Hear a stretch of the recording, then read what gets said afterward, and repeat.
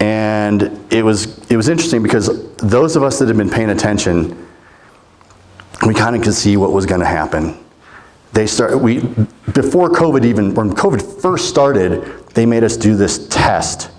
They made us take this COVID test, which I objected to, and I ended up having to talk with like my VP or something like that because they threatened me then too. And I ended up doing it. I spit on it and sent it in. I was not going to put it in my mouth. And then things got really kind of crazy with the mandates. They had a voluntary disclosure about our vaccine status. Now, you know, you could argue that there was like HIPAA rights and stuff like that with disclosing your vax status. That wasn't the hill I was gonna die on at that point, because I knew that I was gonna request a religious accommodation request. So I'm like, okay, they're gonna find out anyway, so I don't care about that. The thing that I cared about was, I'm not gonna sign this document because you had to sign a COVID-19 policy. It said, I have read and agreed to this COVID-19 policy in order to just disclose what my status was. And I read that policy, so you should read those things where it says, I agree to the terms and conditions. This is one of those times I'm really glad I read the terms and conditions, because the terms and conditions were, they were confusing, they were contradictory, they were threatening, and I was like, that was some problems. I had some real problems with that. But that voluntary disclosure became mandatory. Probably because not a lot of people voluntarily disclosed. And we kind of, those of us that were paying attention, we kind of knew that was going to happen. We're like, okay, voluntary is going to become mandatory, and then disclosure is going to become mandatory vaccination. We saw that happening. So when that all happened, and I saw this document that I had to sign, you have to agree to this document before you could even disclose. And I took a video of me like trying to disclose my status, but it wouldn't let me do it. So at that point I lawyered up, because I'm like, okay, I'm not signing this, and I know where this is going. I know where this is going. And it's hard to find good lawyers that will do this kind of work, that share your beliefs, that lawyers that have a moral compass and are Christian. So it's difficult. But so eventually I wouldn't sign that document, so I asked questions about it. I had questions, and then my lawyer sent questions that I ended up sending in too. They wouldn't answer those either. They're like, oh, look at the FAQs. I'm like, well, if the FAQs answer my questions, I wouldn't be answering you questions. And to be honest, I knew they weren't gonna answer my questions, because I knew they couldn't. Because I knew it was basically, I knew the answers to the questions, and I knew that they wouldn't answer them. So they just wouldn't answer the questions. They wouldn't even discuss it, which is a violation of law. If you have questions about a company policy, they have to answer them. They really do. So I was written up for not signing the document, and they're like, okay, we're gonna assume that you're not vaccinated. So like, well, of course I'm not. I was willing to disclose, but I just wasn't willing to sign your document, because I'm not gonna sign away my rights. So part of that document said that, all right, we're gonna collect your data, we're gonna share it with our customers, but we're not responsible for what happens to that data once we share it. Yeah. So I was like, isn't that a HIPAA violation, or have they redefined what HIPAA means? So that was one of the problems I had. So they wrote me up for not signing that, for not agreeing to it. And what was crazy is, when they first did the document, it said I read and agreed to this policy. Some people actually spoke up, which good for them. A lot of people spoke up. So they changed it. They said, I have read and understood the COVID-19 policy. Okay, but when you say that, hey, you and I have an understanding, that could also be interpreted as an agreement, could it not? So I still had that's why I never signed it. So because I was written up, I was denied a promotion. I was trying to get into a more lucrative job, a sales job that was significantly better. I eventually I signed or submitted an accommodation request for my religious objection, and which they assumed that I was going to do, and they conditionally granted it. Okay, my condition or my request was based on two things. One was 1 Corinthians 3:16, which is that my body is a temple of the Holy Spirit, and I cannot knowingly or willingly put something potentially harmful in my body. And based on my background in the industry and my discernment and my faith, I could not trust this compound going into my body. And I wasn't anti-vax before. I mean, I had vaccines when I was a kid. My kids had vaccines when they were little. I don't think they've had any in a long time, and I haven't had any in a long time, and I certainly have tainted my view on the entire industry. But that was one of my objections. My other objection was that this was dangerously close to resembling the mark of the beast. And I say that because we all heard about like vaccine passports. Like you can't have this if you don't have the shot, you can't go shop here. You can't travel here. You can't go in here. You can't buy, you can't sell, you can't trade. Just like the mark of the beast. And then when I saw the thing about the chip for the vaccine passport going in your hand, I'm like, oh yeah, that's just more confirmation. So those were my two objections. I was conditionally granted those with the condition that I test weekly and wear a mask. Now I was a field sales rep working from home, and most customers wouldn't see us during COVID. I normally would see customers 4 days a week. Okay, I'd be at CSU one day, I'd be at Wyoming another day, be at a biotech, pharma another day. During COVID, I believe I saw 4 customers face to face during those 2 years. Most everything went virtual. Everything was a WebEx or a Teams meeting or a phone call or an email. So we were able to do our jobs virtually. We all wanted to get back face to face because us sales reps were all extroverts. We crave the relationship. We crave the physical contact. The screen is, I hated it. So we wanted to get back, but customers they didn't want to see us. So I had an objection to the testing too. I had an objection to the COVID testing. And my objection was, this is also an invasive medical procedure. And why do I need it when I'm working from home? So my accommodation request there was, I'm willing to, I'll wear a mask when I go see customers. Okay, I don't have a problem wearing a mask for an hour. If I had to wear it for 8 hours, I would have a problem. But I don't have a problem wearing a mask for an hour. And I said, I will test when necessary, when a customer requests it, using a non-invasive spit test. Seems reasonable, right? Okay. If I'm sitting in my office all week and I'm not actually seeing customers live, why should I test? But if a customer wants me to test and I'm willing to do a non-invasive spit test, I think that's a reasonable accommodation. And I'll wear a mask for the hour that I'm seeing that customer. Thermo Fisher wouldn't discuss it. They wouldn't even talk about it, which is a violation of Title VII of the Civil Rights Act. So if you're, the Civil Rights Act basically is about religious and I think medical accommodations. So those things are supposed to be done on a case-by-case basis.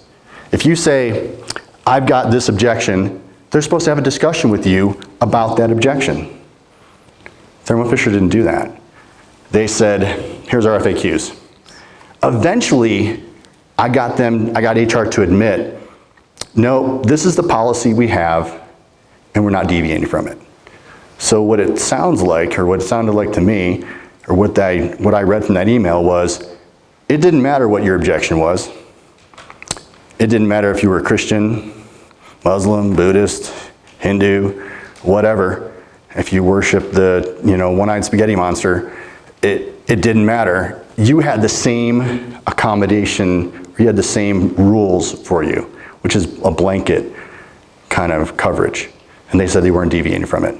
That's a violation of Title VII. So, and during this time, I also asked about natural immunity, because I had COVID once.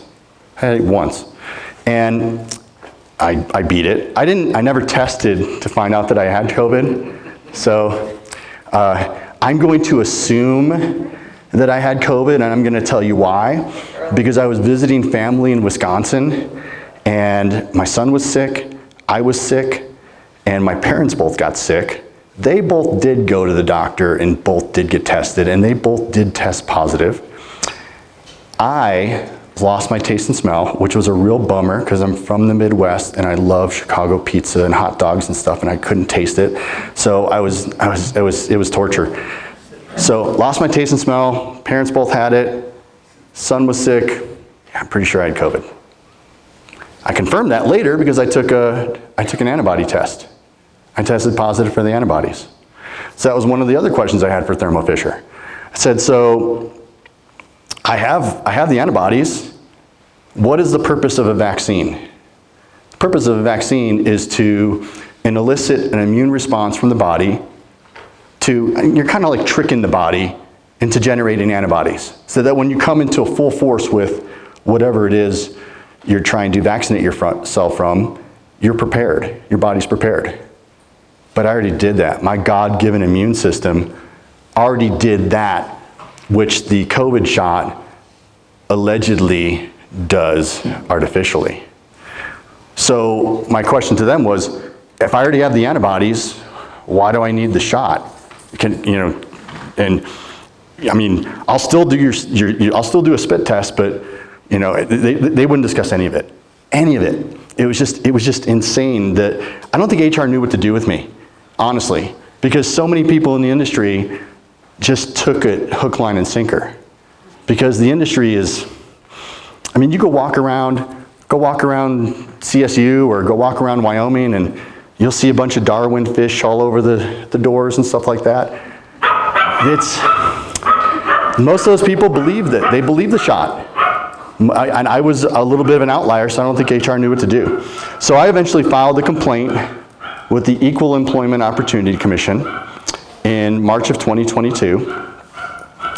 That turned out to be a gigantic waste of time and money because I don't think they really did anything.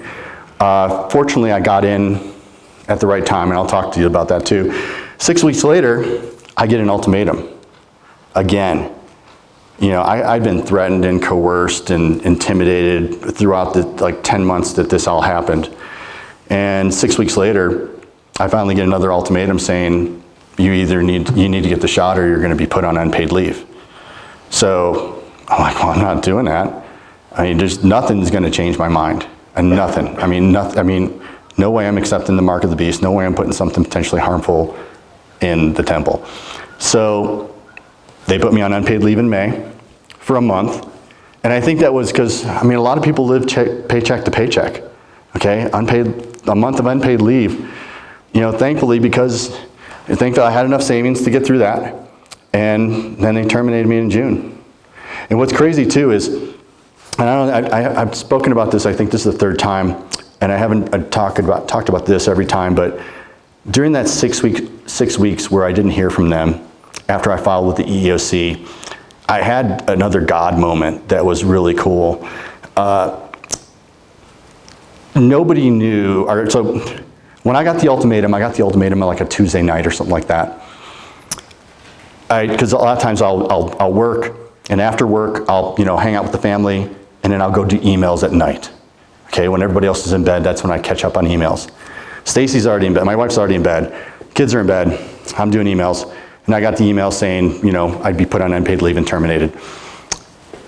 Nobody knew that I got that email. The next morning, I got a call from a friend who was also in the industry. She was actually a competitor. And we had some good talks about what we were all going through. She was forced into an early retirement too. And she called me the next morning and she said, Richard, I was on my walk with the Lord this morning. I was walking around the lake And she said, he told me to call you and encourage you. And nobody knew. Nobody knew. She didn't know. My wife didn't know. Nobody knew. But yet she called me at that time. And I'm like, okay, I've never heard the Lord speak to me audibly. I would love for it to happen, but that was pretty close. I mean, that was really close, and it was huge confirmation to me. The Lord told me to call you and encourage you. So, I mean, I wasn't going to cave at that point. I mean, I've got principles of freedom.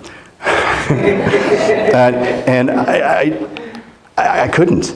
So I was terminated in June. I received my right to sue letter. You had to get a right to sue letter. You have to have a right,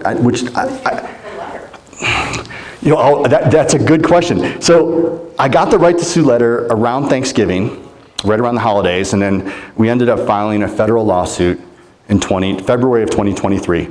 And it's interesting that like the right to sue letter, the EEOC isn't giving those out anymore, I've heard. I've heard that they take all COVID-related cases, COVID like termination cases, and they put them into a queue, and pretty much everybody's getting denied. So, I mean, I think you could still sue without it, but I have that letter. I filed a federal lawsuit. Well, here's where it gets crazy too. I mean, it's all crazy. I was told to budget upwards of $100,000 for the case. I don't understand why the pursuit of justice is so expensive. I mean, when you've been wronged, why should it cost you that much? And I mean, I'm thankful that we were able to get through. I'm thankful we were able to get through just the unpaid leave and get where we are now. And I believe where God guides, He provides. I really do believe that. And you know, I'm gonna need help with that because I'm already $50,000 into it, and we're not even in discovery. So I was threatened, retaliated, coerced, intimidated, ignored for 10 months. And it just, they just didn't seem to care. But there is good news too. In end of June 2023, the Supreme Court on earth, not up there, ruled on a case, Groff versus DeJoy. I don't know if anybody heard of that case, but Groff is a postal worker, or was a postal worker, and he chose to get a job at the post office because he didn't want to work on Sundays because of his faith. Okay? I mean, it was either the post office or Chick-fil-A. The post office eventually started delivering on Sundays because of Amazon. I mean, Chick-fil-A will probably start doing that too. But so he's like, okay, I'm going to go to another rural post office instead. So he starts working at this other post office. Well, they started delivering on Sundays too. He had an objection to it. They didn't accommodate his request. Okay? What the Supreme Court did is they basically ruled that you can't deny someone's religious accommodation unless it is a significant, so an employer can refuse to provide a reasonable accommodation if it would pose an undue hardship. The Supreme Court has defined undue hardship for purposes of Title VII as imposing more than a de minimis cost. Now they elaborated on what that means. It means that it's not just an annoyance to the company. It's not just paying somebody else overtime. It's got to be significant. So that case, I didn't think Thermo Fisher had a strong case to begin with. That case is going to crush any defense they have because there was no undue hardship. Oh, I forgot to mention. I can't believe I forgot to mention this, but it's excellent timing. So I said I requested a non-invasive spit test, right? I requested that only if the customers requested that, I had that, which at the time I was fired. I said I met 4 customers. One of those times they didn't even take my temperature, didn't require a mask, didn't ask anything. So things were starting to lift. so it wouldn't have cost them much more. Also, Thermo Fisher made the non-invasive spit test. So they made the spit test. Actually, they made the other test too. So they make a lot. But how would that have been an undue hardship? It would have been an inconvenience because it would have been part of their protocol, but it wouldn't have been an undue hardship.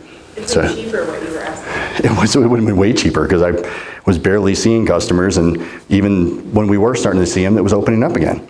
So what was Thermo's motivation for the mandates and the termination?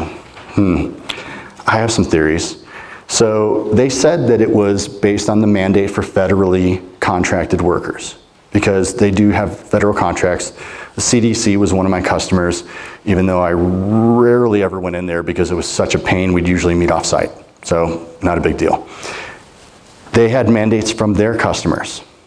Who are their customers, you ask? Pfizer, Moderna, J&J, CDC, Gilead, they make remdesivir, Merck, all these vaccine manufacturers. But what's crazy is there's other connections too. So the distribution channel of Thermo Fisher, Fisher Scientific, had a prime supplier contract with Pfizer. They actually made the jab for Moderna. So actually, can you put up that, the link 1? Yeah, this is from Reuters. This is an article from 2020 that says that Thermo Fisher and Moderna entered a 15-year contract for Thermo Fisher to make biological, like mRNA-related products in 2020. Is it a conflict of interest? You decide. What's the date on that?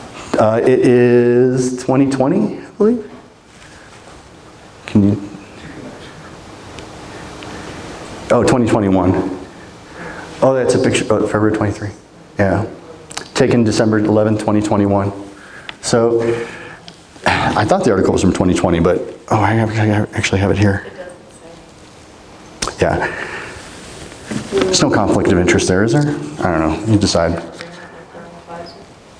Thermo Fisher also, in addition to having all these customers, so these customers are basically telling Thermo Fisher, you need to vax your field-based employees, your sales and service techs, with the shots that we make or you make for us, and you profit from. You profit from big time, actually. No, it's just. Hey, Richard, that you can see the date at the very end of the link. It's February 23rd, 2022. 2022? Yeah. Okay. Well, I'm sure that contract was in the works long before 2022, February 2022. Thermo Fisher also makes, in addition to contract manufacturing the actual COVID shots for Moderna, and there's also a link number 2, they make the COVID shot for Pfizer in Italy. So in addition to making the contract manufacturing the drugs, they also make the -80 freezers that you store the vaccine in, the PCR machines and reagents. PCR machines are usually what they do the testing with. The collection tubes, the plastics used for COVID testing, the reagents and COVID test kits, distributors of PPE. Oh my gosh, there was so much PPE. We had, I used to also cover the Wyoming Department of Public Health Emergency Preparedness Unit, and oh man, they'll never buy from Thermo Fisher again probably because we kind of hosed them on some prices. Wasn't my fault, I fought for them, didn't win.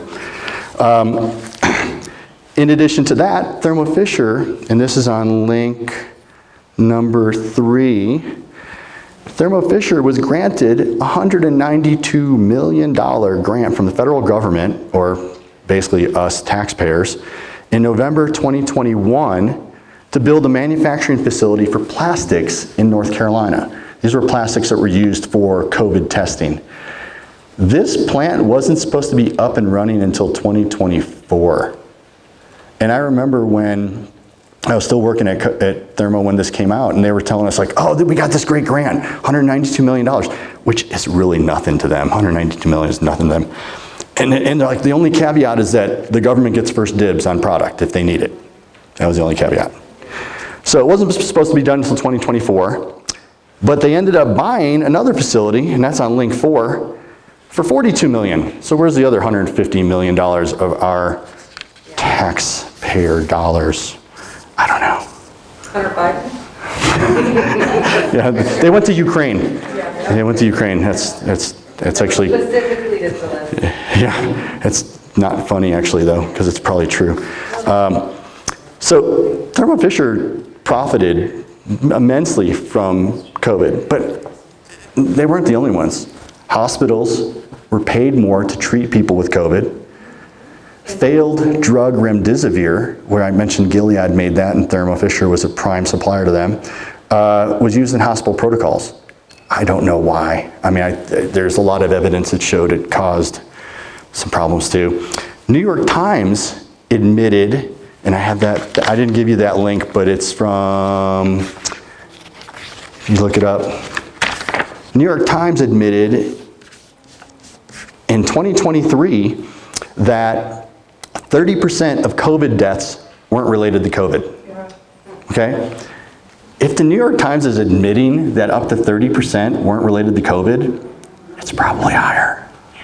It's probably a lot higher. I mean, they're like, oh, well, we admit that we made a mistake. And you're admitting a mistake so that to deflect from the fact that the mistake is even bigger.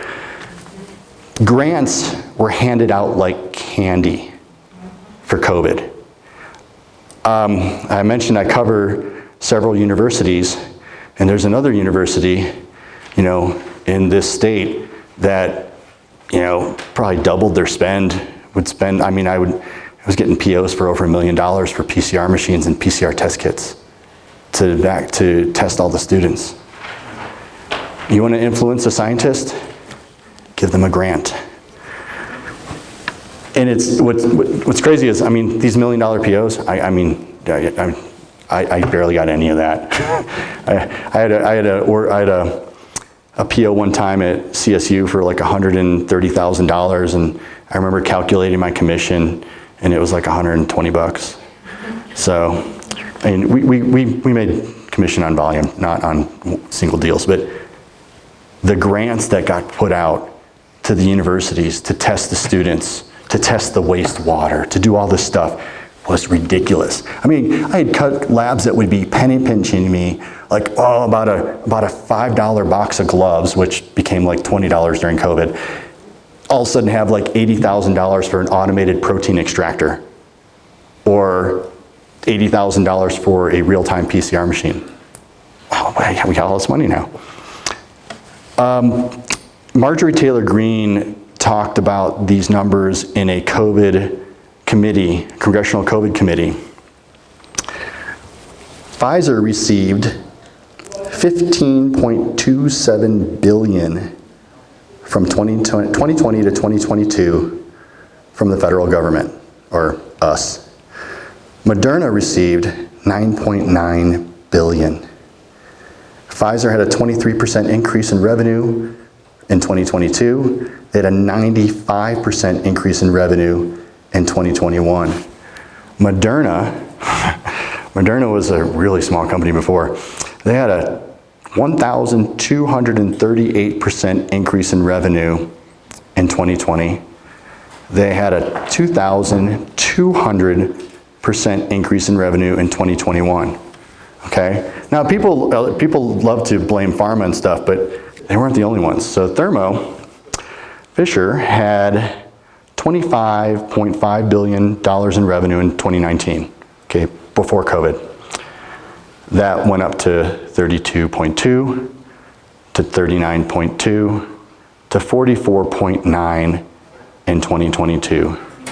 That's a $19.4 billion increase during COVID, a 76% increase. I got those numbers off Yahoo Finance.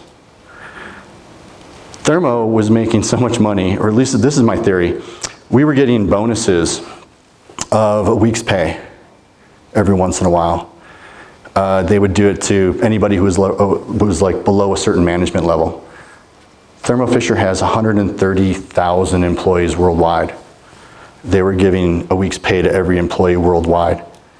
So, I don't know if you have any accountants in here. What do you do when you have a surplus of money? You find a deduction, right? What's a better deduction than to give, well, we're going to give our employees a bonus.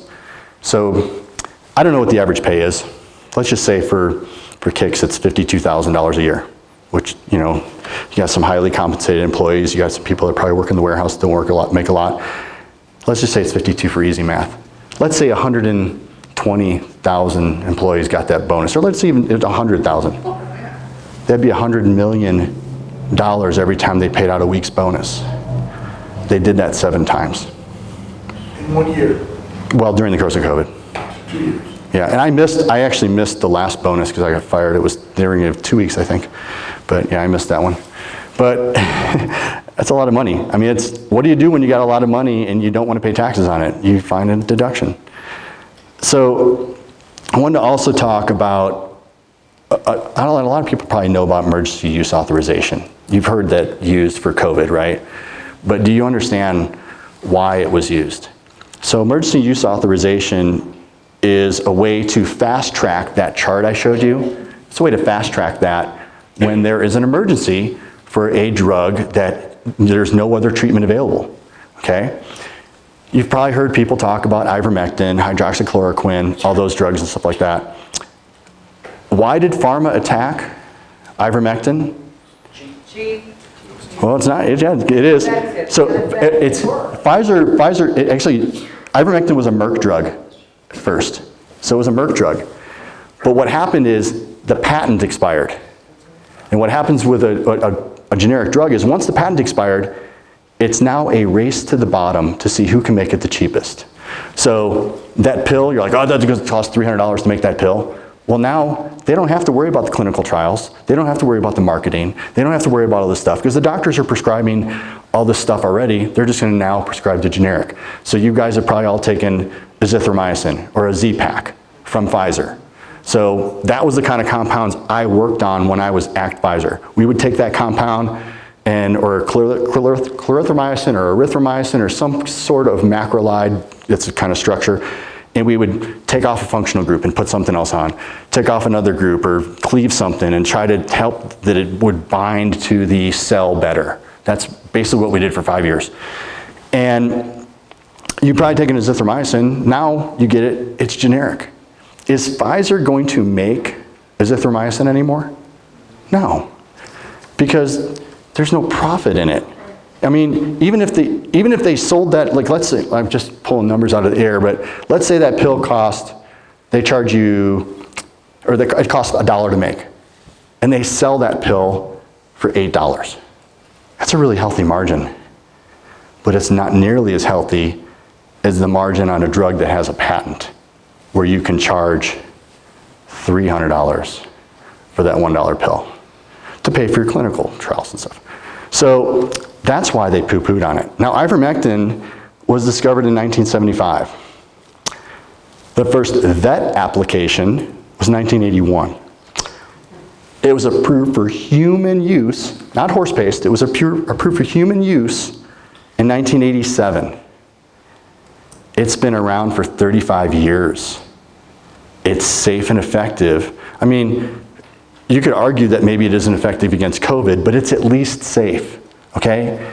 Something isn't around for 35 years and nobody's gonna be like, oh, well, there's no, they're gonna find some adverse side effects if it's been bad. They won the Nobel Prize for that drug, the people who discovered it. It was called the wonder drug because of its anti-parasitic, its antiviral properties. The reason why pharma attacked ivermectin is not just because it was cheap, it's because if it was deemed a viable cure for COVID, which I'm not saying, I mean, I think it is, but if it was deemed a possible cure for COVID, there's no emergency use authorization. There's no emergency. Because if there's an effective treatment, you can't push through the really profitable shots. So like you said, generic drugs are not profitable. The big pharma doesn't make them. I mean, they usually are made in like Southeast Asia or something like that, or US companies that are cheap. The first COVID vax was approved for emergency use authorization in December of 2022. Now, I remember my last day at CSU was right before their spring break. We were doing a product show there, and we were supposed to go on spring break, and they never came back to school. Wait, what year was it approved? 2022. You mean 2020? Oh, that must be a typo. Yeah. Yeah, 2020. Yeah, so I mean, I remember March was when I was at CSU, so that's what, 9 months, 8 months? What did I say before about like this chart? You can't test long-term safety and efficacy of a drug in less than a year. You just can't. It's logistically impossible. So I didn't really talk about this during the chart, but when people are going through clinical trials, the reason why clinical trials are so expensive, and probably more expensive than R&D, I mean, I had companies that would spend millions of dollars a year. I mean, biotechs that spend tens of millions or hundreds of millions. But clinical is really expensive because you're paying for, you got to pay the people to take the drugs. I mean, you're not going to take something unless you're dying from something and it might save your life. Normally, you have to pay people to take those drugs. And then you got to pay the doctors. And the doctors, they're not cheap. And the people that take those drugs, they get around-the-clock care. They get really, I mean, because they're watched like hawks. And what do? They determine if it's safe. They monitor adverse reactions, like maybe myocarditis or something else. They do that in a clinical trial. But if it's fast-tracked, there is none of that. There is none of that. So, but I talked about this earlier too, but mRNA was studied in the lab for years. I said I was in the lab for 5 years. How many drugs did we discover? 0. Just because something is studied in the lab doesn't mean it's safe and effective. I mean, you could study it in the lab, but has it gone through the body? Have you done PK studies? PK is pharmacokinetics, where is the fate of the drug in the system. What does the drug, or what does the body do to the drug? If it's going through if it's oral, what is the liver doing to it? How is it breaking it down? There's none of those studies for the COVID shots. None of them. And now, I mean, this is, I think, a timely talk because we're hearing that there's a new Pfizer drug. So, I mean, how long has it been? What, 3 years? It's still not long enough. So, and I don't trust it. I'm telling you what I've seen. I'm telling you what I've experienced. And the call to action, I think, here is, if it sounds wrong, it may be. Question it. Read the things you're signing. Read the things, the disclosures. Read the terms and conditions you're agreeing to. Because some of it's got some pretty nefarious stuff in there. I mean, I would also say, learn your rights. Exercise your rights. I was very fortunate that my wife probably missed her calling as a paralegal because she was reading a lot of that Title VII stuff. And there were so many times I'd be in the other room, she's like, oh, they did this. So reading legal documents is really hard. So if you got someone that can do it for you, God bless you, because it is really hard. Spread the word, invite others, teach others, support others. You can support me by following me on Twitter. I have a Give, Send, Go page set up for this. I wouldn't use GoFundMe because of what they did to the Canadian truckers. So I didn't want to use GoFundMe and then have them say, well, we don't agree with your cause, so we're going to just take your money. But my Give, Send, Go is on my Twitter. My Twitter's really hard to find. It's Richard Wands Jr. at Richard Wands Jr. But push for legislative change. I didn't talk about this either, but one of the things that's really crazy about the Civil Rights Act is, and I'm sure the lawyers for Thermo Fisher know this, so if they're going to hear this, I don't really care. There is a maximum on compensatory damages for a company, what is it over 500 employees? Something like that. Yeah, it's over 500 employees. Yeah. In the case of a respondent who has more than 500 employees in each of the 20 or more calendar weeks in the current or preceding calendar year, the limit for compensatory damages is $300,000. Do you think a $200 billion company cares about damage, a lawsuit that might at maximum cost them $300,000? Now, punitive is another story.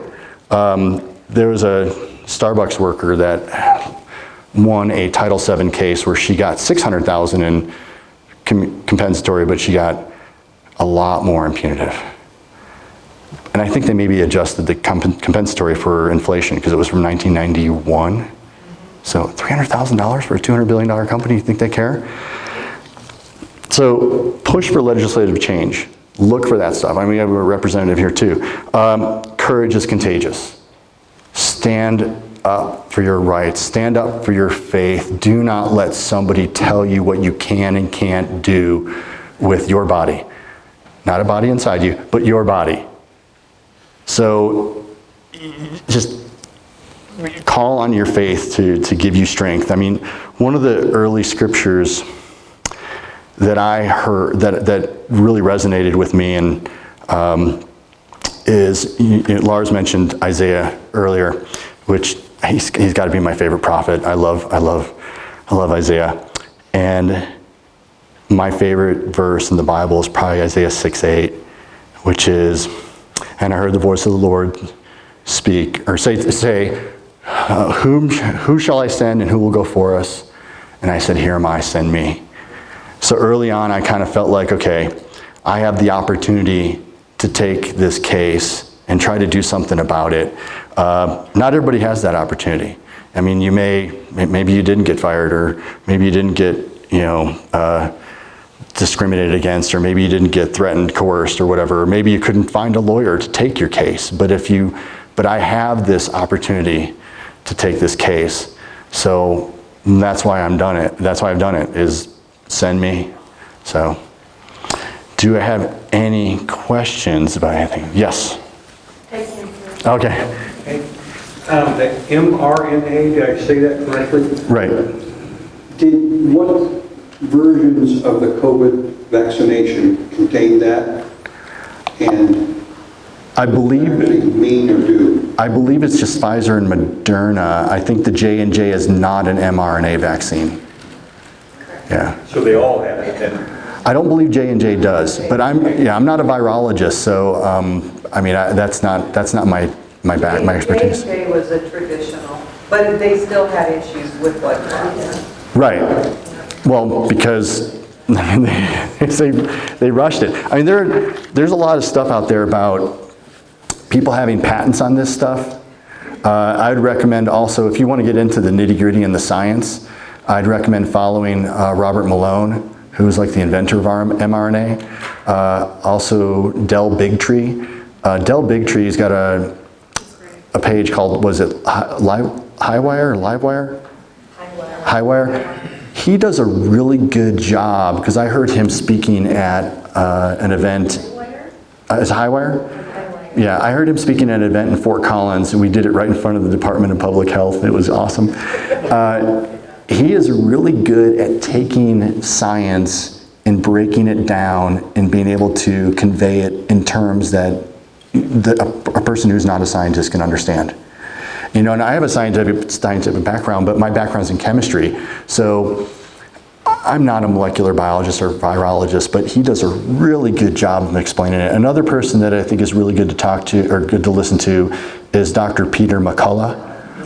So there was an event in Loveland a couple months ago called Naturally Inspired Health Summit. I don't know if anybody went to it. It was the first year. I don't think it was super well advertised the first year, but they're going to do it again. And I've spoken to the person who's runs it, and she's awesome. And I think they're going to be doing it every year. And she had Peter McCullough there. She had Mickey Willis, the guy who's done the Plandemic series. He was there. They actually watched the third Plandemic series, and then he was there speaking. Dr. Ben Tapper was there. Henry Ely was there. It was a really, really, really, really good summit. So, What's Dell's last name? Bigtree, Bigtree. I mean, he's not a doctor, but he's smart. He has a presentation every Thursday at noon and has a lot of speakers on it. It's phenomenal. And then there's replays of it too. Yeah. So just get on there. I need to get on his show. But yeah, Del Bigtree is great. Del Bigtree, Peter McCullough, Robert Malone, all those people I mentioned at Naturally Inspired Health Summit, Ben Tapper, Henry Ely, they addressed a lot of stuff too about people who may have had the shot, but want to maybe cleanse their body of the spike proteins and stuff like that. So ways to do that, things you can do to do that. Protect yourself, yes? I just have a comment. I'm not a virologist. Right. Nor do I ever want to be. But everybody knows how fast viruses change. Okay. Less than minutes. So how can you take a new vaccine for the new COVID virus and say that this is good when that virus is probably out there dancing and drinking and carrying on? Is that a rhetorical question? Because I have the same question. Yeah, because I mean, that's why, I mean, like I said, I did not grow up anti-vax, and I wasn't even really anti-vax. One thing that's really interesting is my first job was at Pfizer, and my Harvard-educated boss didn't get a flu shot. And he didn't get a flu shot because we were an infectious disease chemist, and he's like, oh, I don't get a flu shot because they don't know what strain it is, and I'm a healthy individual. My immune system can take care of it. So I've never gotten a flu shot because I don't think it's necessary. Did I get like the shot for polio when I was a kid? Yeah, I mean, but the crazy thing about vaccines now is, I mean, you could look this up and see how many vaccines there were in the 70s compared to how many vaccines there are now. And it is just, it's frightening. And do you need a vaccine for every little thing? I mean, one thing I like to describe the immune system as, if you like to work out, when you work out, you feel good, you feel healthy, you feel fit, you feel tone. Okay, if you were someone that works out now or worked out at one point, you know what I'm talking about. Then what happens when you stopped working out? You got kind of squishy, right? And you got, things were not as firm, it was a little softer, a little fluffier.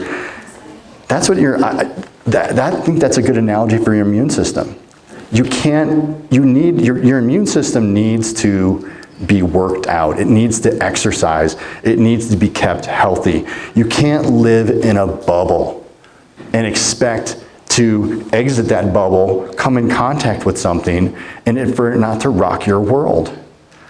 People talk about masks and stuff, and I've called on labs that are like biosafety level labs, biosafety level 3 labs or whatnot, and also production accounts where they wear so much PPE that it's ridiculous. There are procedures for how to don, how to put on, how to discard PPE.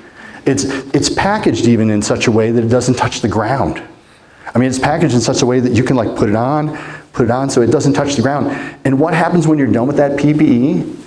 You throw it away, or you put it in a laundry bin to be laundered if you got laundered PPE, your coveralls. You don't hang it from your rearview mirror. You don't stick it in your purse or your pocket, and you don't wear it day and day and day and day and day. I would love to see a culture from a mask, because it would probably frighten you. I mean, if COVID frightens you, that would probably, you'd be like, ew. So it would be bad. Those masks are worthless on a virus. Well, they stop, yeah. I have some analogies, but I don't, yeah, they're not. Yes, Okay, so I actually have a couple of questions. Sure. Can you explain to me why you were wanting to go to the non-invasive spit test? yeah, because, I mean, What was your reasoning behind that? well, a couple reasons. It is invasive. It's an invasive medical procedure, and I mentioned that my accommodation request was that my body is the temple of the Holy Spirit, and I cannot put something knowingly or willingly harmful in my body. We actually know somebody from our kids' school who was a nurse. Actually, she's still a nurse, and she was Nurse of the Year, I think, in 2019 or 2020. She got sores in her mouth, and she was having sores in her mouth and eventually had to have a surgery, and I don't know the details of the surgery. She's actually looking for legal counsel too, because of the weekly invasive testing. Because of The weekly invasive testing. There's chemicals on the swabs, like glycol, and I'm not sure exactly what's on them, but you don't need it. And You know, there was a rumor that there was actually, I didn't know if it was true or not, although Right. whatever, that there was actually COVID on at the end of the swabs, that they were actually. oh yeah, there's all kinds of rumors about. I don't know Yeah. whether that was true or not, but that's why I wanted to know how. Yeah, well, see, that's why I'm like, okay, I don't know what rumors are true. I know that there's something's very wrong about all this. That's why I'm like, okay, I'll spit on it. Just give me a spit test. And actually, it's funny because I thought about taking the nasal swab, or the mouth swab, and I thought about spitting on that. But, because I did that originally, and I didn't do that for one reason and one reason only. I think they were already so mad at me that if I would have signed something saying, I'm gonna take this, I'm gonna use this swab, and that I don't use it the way it's intended, or if I don't use it properly, now they've got me. Now they've got something that I agreed to do and didn't do. I actually knew somebody else who, I mean, there's a lot of people that said they would do the testing, and they would basically open up the test, put the test in the vial, and just sip it in with no sample on it, and they kept getting error messages. I'm like, if I do something like that, I've already kicked the hornet's nest. And I mean, Hey, Richard, Yeah. you didn't really clarify before, but they wanted to mail you a test every week if you take it and mail it back. yeah. I have to mail a test to me and then mail it back, and then I could get COVID by the time it's like in the mail. And that's another question I had too. I think the other question that I have for you, you talk about legislative change. I'm not, I know with God all things are possible, but I also know that pharma is some of the biggest lobbyists, are they not? Oh, they are. I mean, I think pharma runs the country. So how do we fight that? How do we fight big pharma? They are some of the biggest- Guess who was at the World Economic Forum? Who? Guess what CEOs were at the World Economic Forum? Pfizer. Thermo Fisher was at the WEF. I mean, he's probably rubbing elbows with the Pfizer CEO too. But that's. Talk about the money that they got. I mean, that's massive, that's corrupt, that's fraudulent, Yeah. okay? But was that through their lobbying? The government gave it to them, or we gave it to them.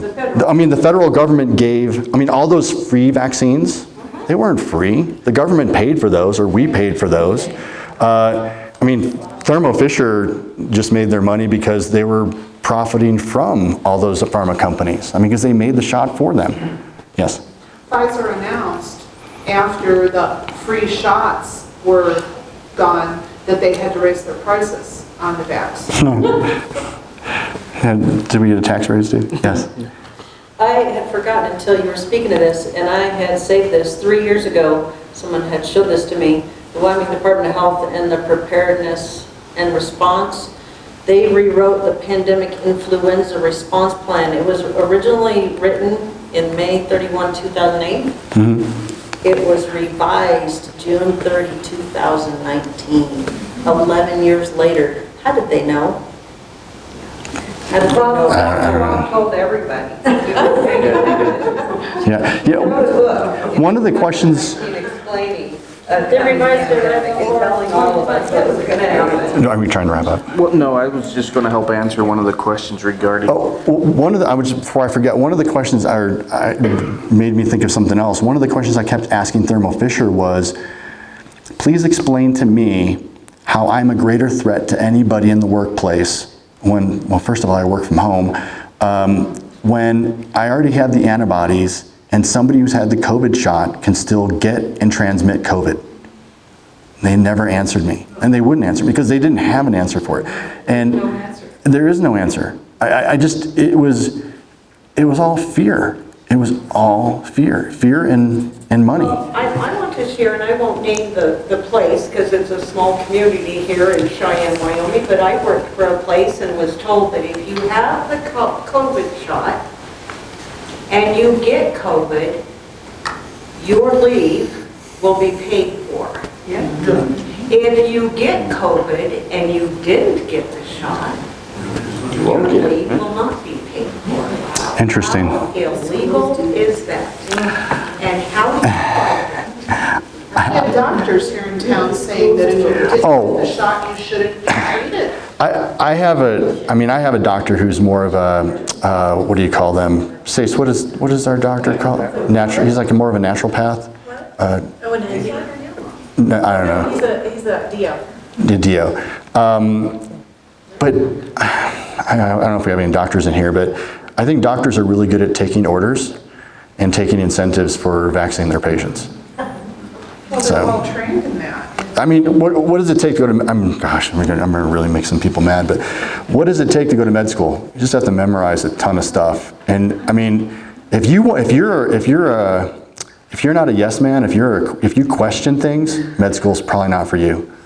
I mean, because you're going to be like Patch Adams, you know, and they're going to crucify you.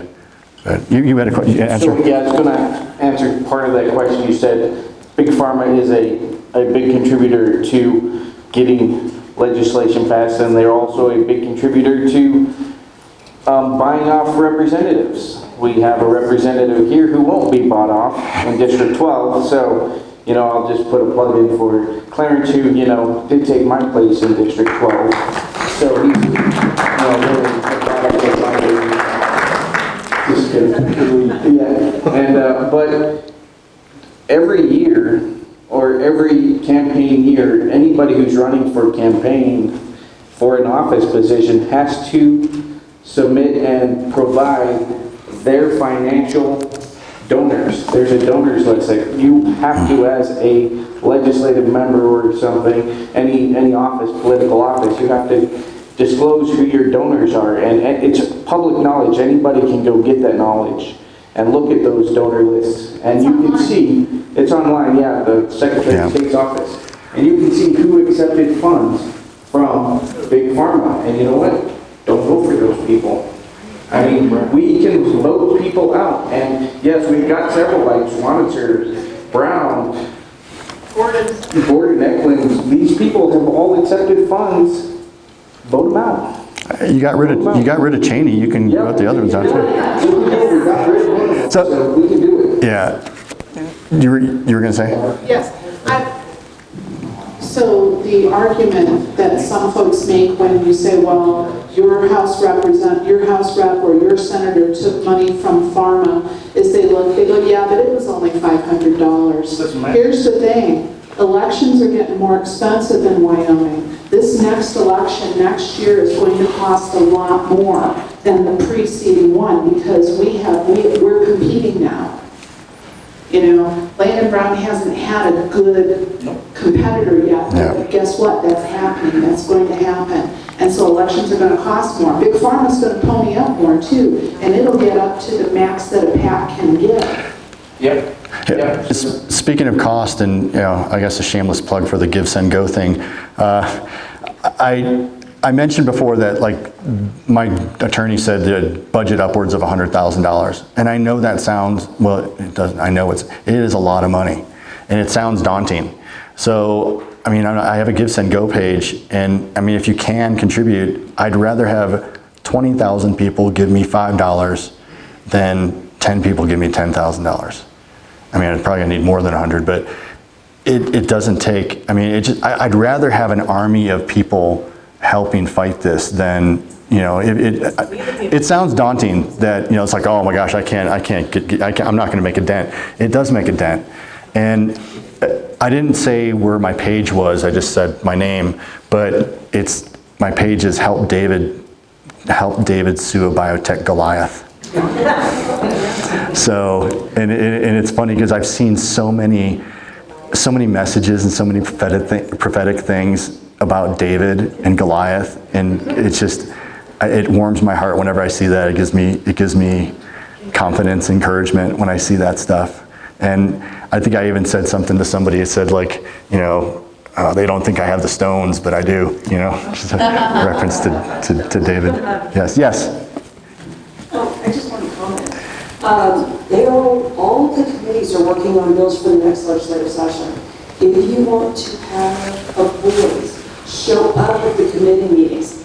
Most of the time, the only people that show up are the lobbyists. The people do not show up to give a comment, and you can show up at every single meeting and give public comment. Every single one. And be sure to write your legislators, because they get,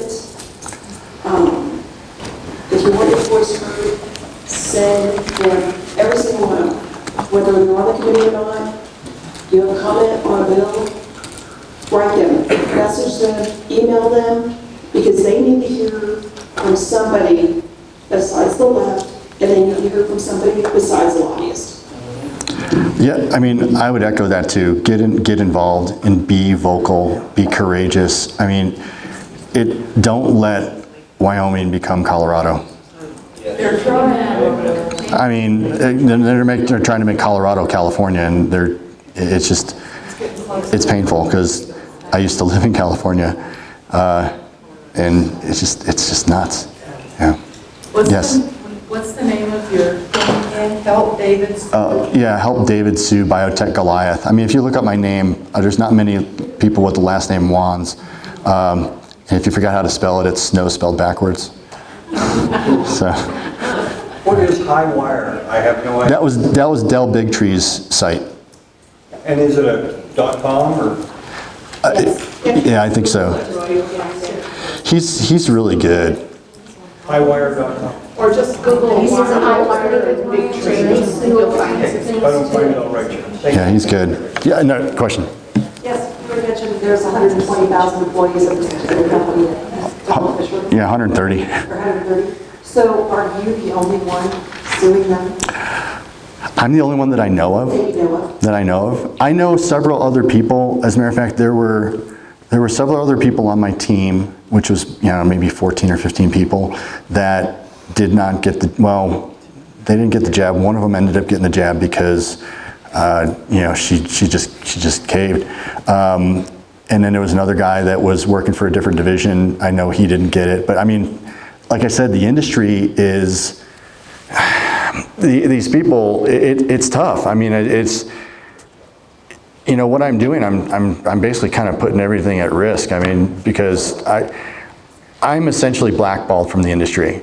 And I didn't start, this is only the third time I've spoken about this live. And there was a point where I knew I wasn't going to get back into biotech and pharma because, I had a job interview with a recruiter and things were going great. And it was for somebody that was working as a distribution channel manager. So I worked for a distributor. I worked for the distribution channel of Thermo Fisher. And this manufacturer wanted somebody who was a distribution channel manager. So they was a liaison between the manufacturer and the distributor. So they wanted someone with exactly my experience working for a distributor. And things seemed to be going great. And all of a sudden, just went silent. And contacted recruiter, nothing. Contacted recruiter, crickets. Finally, she gets back to me. Oh, sorry, well, I was on vacation. You're on vacation for 6 weeks? You're either really bad at your job or there's something else going on. And, you know, I just did a Google search for myself and I found several sites, several law sites that showed my case. Wands Jr. versus Thermo Fisher Scientific. And then I saw my Give, Send, Go account. And I was like, okay, so, I mean, I get it. I mean, if you're working in that industry, are you going to want to hire somebody who's suing one of the blue bloods? You're probably not. Well, the whole orchestration of the entire pandemic, Yeah. whatever you want to call it, I mean, everything to be able to, the minds of our legislators, to our doctors, to the hospital organizations, to the CDC, locally, it's frightening. So, your crystal ball, so what do you see that's upcoming with this next round? And is it because there's an election coming forward? The election infection? Yeah, and so, it's got to be timed out. It certainly seems like that. I mean, there's a lot of theories about that. I mean, I don't think that. I don't think it's going to go down like it did before. I mean, I know there's people that got the shot that have, that would not get it again. That would not get it the second time around. I know there's people that got the shot, but they're like, okay, they didn't get any boosters. I mean, I have family that got the shot, and I have family that still probably believes that it works, and I have family that is like, yeah, I made a mistake, and then I have family that's like, yeah, I was never going to get it. So there's a whole spectrum, but I think the needle is definitely moving towards people that are like, yeah, fool me once, shame on me, but I think a lot of people have woken up to it. I think they're going to have to try something else. So, I mean, I don't know. I'm not going to ask people to raise hands and say who got the shot, who wouldn't do it again, but, yes. Okay, so this might be more of your biotech kind of question. So you talked about, was it hydrochloroquine? Hydrochloroquine, yeah. It was a malaria drug. It was a malaria. Okay, but here's my question for you. So if it started out in the lab being something that helped malaria, then what is the connection that they use that for people that have lupus? They use it for people that have arthritis, but then they wanted to use it for people with COVID? Well, how does that jump from one thing and be approved to another? That happens all the time. And so I mentioned that company I worked for, Intermune, that worked on orphan drugs. So they had a drug, I think it was called Actimune or something like that. And I can't remember, they had a drug that was for one indication, and during clinical trials, they found out that it was good for idiopathic pulmonary fibrosis. And then they ended up getting bought by another company because they're like, oh, you got a drug, we're going to buy you. So it happens all the time. So Viagra, I don't know if you've heard of it. Yeah, Viagra is a Pfizer drug. I was actually at Pfizer when they launched it. So they had launch parties every time they had a drug, and it was kind of cool because I still have my Viagra T-shirt, and because I saved it, and I actually gave Viagra T-shirts to my dad and my father-in-law for Christmas because I got them at the company store, and they didn't think it was very funny, But anyways, my story about Viagra is, Viagra was initially a heart drug. And during clinical trials, you discover side effects. Guess what a side effect was for Viagra? So they ended up, they're like, oh, well, we can make a lot. I mean, they found a drug. It was safe. It was effective, but not for the originally intended purpose, and then they marketed it for a different treatment. So it happens a lot where a drug will, you might want it for one thing, but it turns out to be good for something else. And it happens a lot. So hydroxychloroquine, I don't know who came up with the protocol for ivermectin, hydroxychloroquine, and zinc and azithromycin. I don't know why azithromycin would be in a protocol for a viral since it's an antibiotic. But I didn't develop the protocol. Yeah. So what would have caused that to be difficult to get a prescription on that if you had lupus? Oh. Because COVID was in place. So you can't get that prescription, or it's going to be hard to get now. And you've been taking it for lupus. because now we're using it for COVID. You used to be able to get hydroxychloroquine over the counter in countries where malaria was prevalent. You used to be able to get ivermectin over the counter.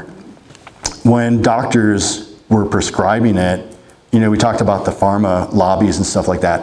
Pharma was poo-pooing all over ivermectin and hydroxychloroquine because they did not want people to use it because it threatens their emergency use authorization. I had a doctor in Loveland that was prescribing ivermectin, hydroxychloroquine, and there was a pharmacy, a compounding pharmacy that would fill them. As a matter of fact, I tried to get my parents, when my parents got COVID, I'm like, you need to call my doctor and do a virtual visit, and they ended up getting prescriptions. But that pharmacy eventually stopped filling them.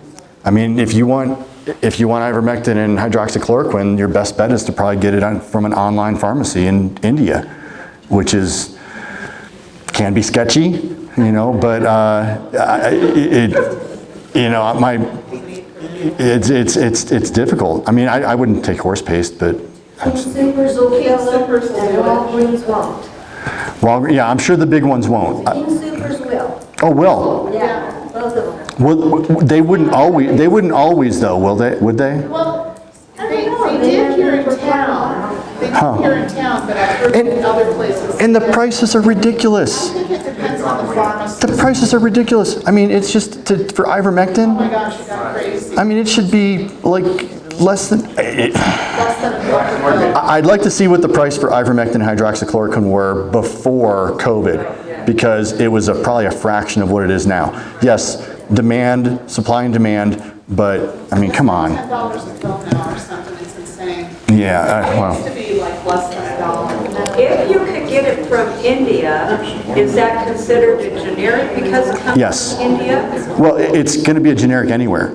So Okay, it's, so many of our medications and whatnot that are made in China, are they checked out by our FDA to make sure that they're approved here? They- Like your thyroid? they should be, but I've probably about as much trust in the FDA now as I do in pharma. I mean, yeah. Yes. And I have a couple things, actually. One other person to watch. Another person to watch on YouTube is Dr. John Campbell. He's in the UK. He's a nurse, but he has a PhD. Okay. Yeah. He's really good because he breaks down a lot of studies that are being done in other countries that our country's not doing. And he puts it in layman's terms. Yeah, there are some countries that are really kind of waking up and, Yeah. you know, doing the right thing. Even New Zealand, I think, is backing away, and they were some of the most tyrannical. Australia would probably be the last. Yeah. They're crazy. Another thing is, I don't know if you know who Robert Barnes is. The name sounds familiar. Big time attorney. He's represented Trump. He's represented Alex Jones. He has represented who's the Tyson? Or no, he went against Tyson Foods, employees that were suing Tyson Foods. If you go to his locals, are you familiar with locals.com? No. Okay. Locals.com, it's like a social media platform, but it's a free speech platform. Viva Barnes. He lists a lot of the lawsuits and the wins and the settlements. Oh, yeah. On things like this. Could be interesting information for Yeah, there's some good for ones. your wife. Yeah, she's my legal secretary.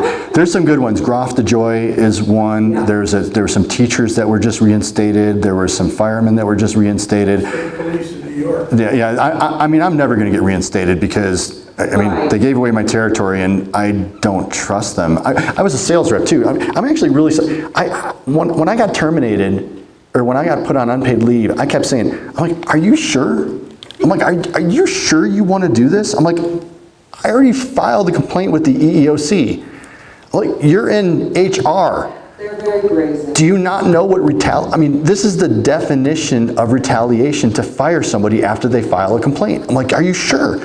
Well, the problem is the whole justice system is on their side. Yeah. They don't care. They don't care. Yep. So anyway, those are some names. Also, going back to the hydroxychloroquine and the ivermectin, we bought ours in Mexico because we used to live in Tucson, but you can order it online. And the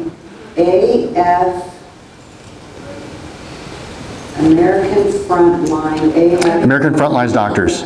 They have the entire protocol. Yeah, so I actually got my original protocol from America's Frontline Doctors. Right. So I took ivermectin, hydroxychloroquine, and stuff. And now, the lawyers can basically, they can whatever. I don't know if they're going to see this, but if they say this and they question me, those drugs have all been around for decades. And they give out hydroxychloroquine like candy for malaria. Whether it's effective against COVID is another story. They are definitely safe. They are definitely, ivermectin has been around, like what I say, since 1987, 35 years. It's a safe drug. Whether it works for COVID, I'm not going to say, because I'm not a doctor and I'm not going to give medical advice, but my doctor did prescribe it. I took it. I got my taste and smell back the next day. I was bummed because I wasn't in Chicago anymore, so I couldn't eat my pizza. But we drove home, because I'm like, I had the ivermectin at home, and we were in Wisconsin. I'm like, I gotta go home. I gotta drive home to get it. So because no prescription, no pharmacy in Wisconsin would fill it for me. So we had to drive home and take it, and I got my taste and smell back the next day. My cough lingered for a while, but I got it back. So talk to your doctor. I'm not a doctor, but They excoriated Trump for even mentioning that. I mentioned this wasn't political for me. I think Trump really screwed up by trusting Fauci and that whole Operation Warp Speed, which Thermo Fisher's CEO was part of Operation Warp Speed because they made the freezers and all that stuff. I thought that was stupid. So, and it was crazy. I mentioned this wasn't political, but it was political for a lot of people, because I knew there were people on my team. When I say my team, they weren't under me; they were my colleagues. When this first came out, they're like, "Oh, I don't think I'm going to get it. I'm going to wait until I know that it's safe and effective, or that it's been out. I'm not going to get it right away." That's what a lot of people were saying. That's what all of us were saying. Nobody, I'm not going to be a guinea pig. And then as soon as Biden was in the White House, they were knocking each other over to get in line to get the shot. And I'm like, what's changed? Nothing's changed. To me, nothing's changed. I still haven't seen any double-blinded clinical trials that say that this is safe and effective. I still haven't seen any long-term trials that says this is safe and effective. So nothing changed for me politically. I mean, I thought they were all... Trump may have been kind of doomed if he did, doomed if he didn't, because people wanted somebody to do something. So at least he didn't mandate it. And Biden mandated it, but a mandate is not a law. And what's crazy too is Thermo Fisher was still pushing this after the Supreme Court struck down some of the mandates, after OSHA dropped the mandates. They were still pushing it. Why? Why, you say? I don't know. Could it have been, the pharma companies that were telling them that they had to inject their employees with it? I don't know. You can draw your own conclusions. I have mine, but it's just, yeah. Yes? I have a question. This just came up a couple days ago. My son had to medically retire from the Air Force because he refused to take the shot. And they dragged him through a ringer. But he keeps in contact with people who seem to get this information, I don't know, from the military, maybe comes first. But he had heard, he was told that, I believe it was Pfizer, they had to recall the vaccine one and its booster. Do you know anything about that? I don't know anything about the recall. I mean, why was it recalled? There's been a lot of reports about there being debris in the vaccines, there being a lot of lot-to-lot variation. But your son should probably talk to Pastor Lars, because he was also in the Air Force. So, Yeah, I was sports retired too, so, yeah, I don't appreciate you guys doing it. I mean, I pray that all of our, military, servicemen and women are restored, because nobody should be forced to do that. I mean, nobody in any profession should have been forced. It should have been a choice. I mean, it's like the flu shot. Okay, the flu shot's been around for how many years? And people got the flu shot, and you thought that if you got the flu shot, if you wanted to get the flu shot and you thought it protected you, then you got the flu shot. But did I worry if the person next to me didn't have the flu shot? Did I worry that I was going to get the flu if they didn't get the flu shot and I got the flu shot, which I never did? The purpose of a vaccine is to protect you.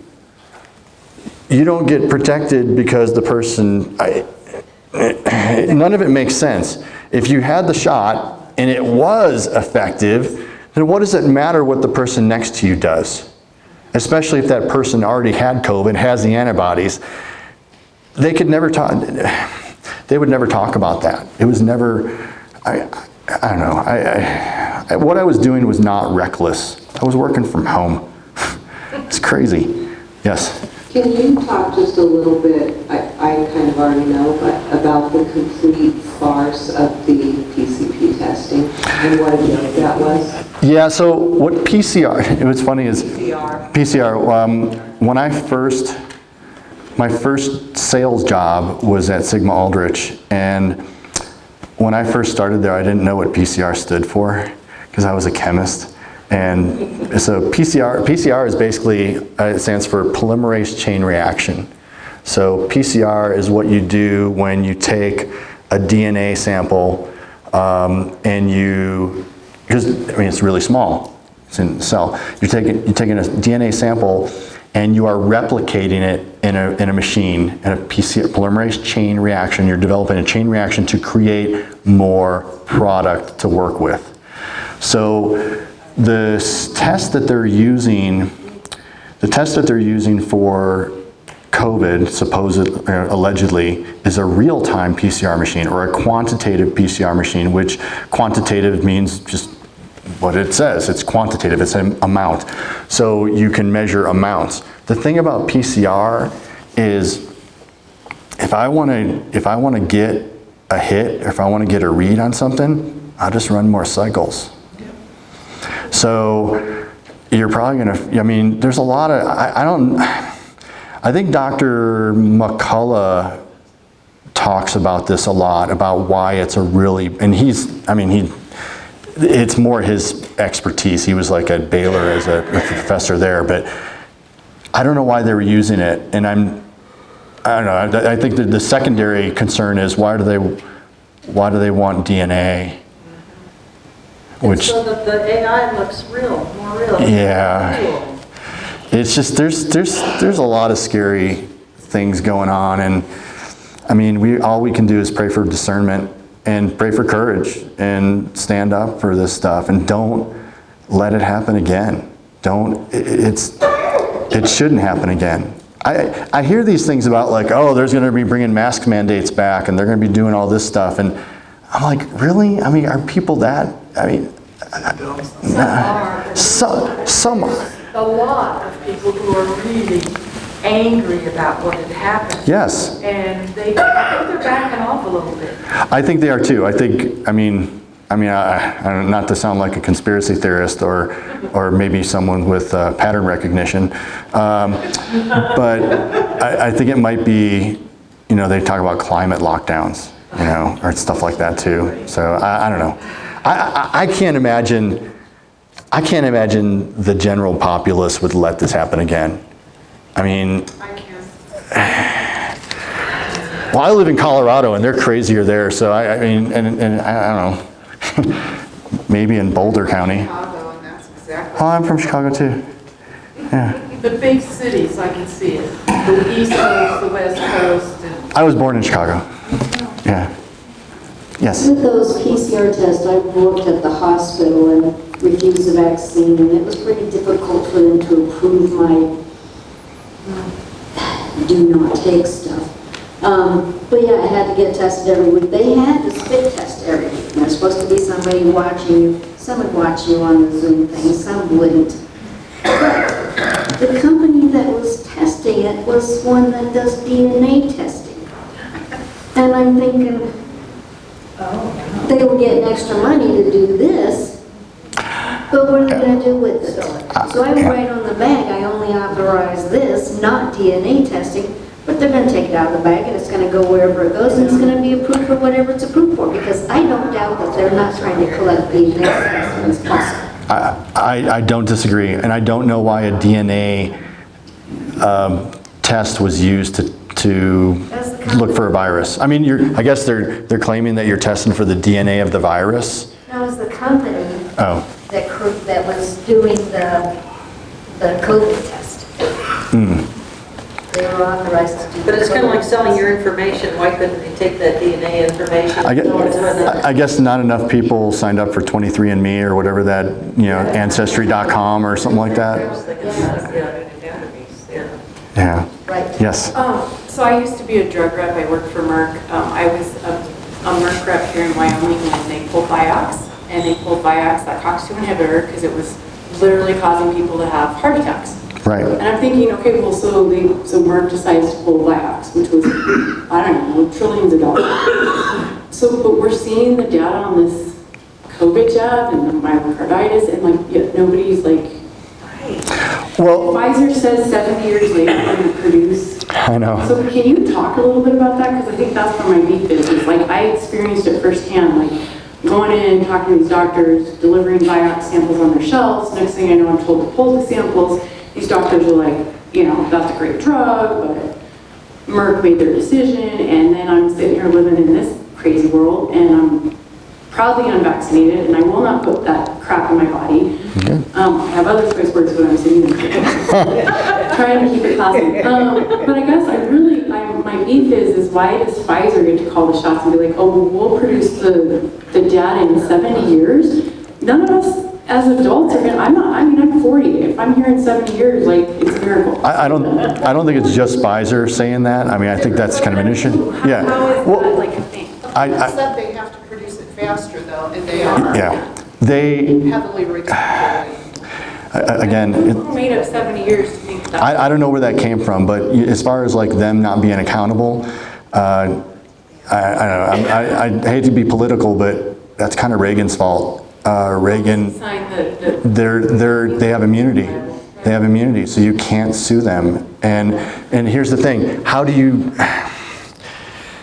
I believe that I personally believe that the vaccines cause heart issues and reproductive issues. How do you prove that? How do you prove that unless you're in a clinical trial? A double-blinded clinical trial, I'm sure you know what a double-blinded clinical trial is. So that's when the patient and the doctor don't know what it is, okay? They don't know what it is, and then you do the study, and then afterwards, or unless some really big adverse events come up, then you start looking at the data, and then you say, oh, well, we had this many people get myocarditis, and they were taking the drug, and all the people on the placebo didn't. Well, now you can infer that there's a potential problem, and you've got some clinical data to show it. But nobody's in a clinic. We're in the biggest clinical trial of the world's ever seen without there being any monitoring for adverse reactions.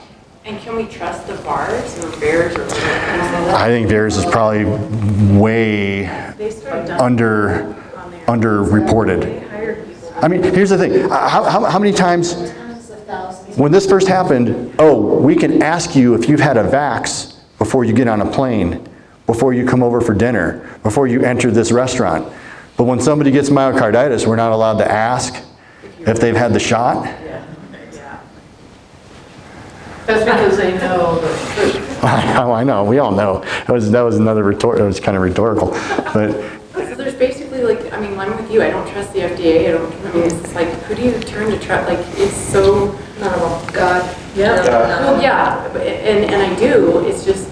I was almost fired from my job for not getting it. I had to fight like hell to get exemptions, and it was horrible to have to test those tests every week and all that stuff. So I think that. Crazy world. I think that Thermo Fisher was ready to give religious accommodation requests to people who requested it.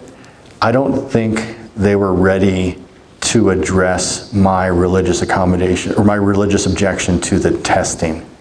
And that's where I think they didn't know what to do with me. I mean, because there were so many times I would talk to HR and they were just clueless. I mean, there was one time they would ambush call me too. They would like, oh, we need to have a call in 20 minutes.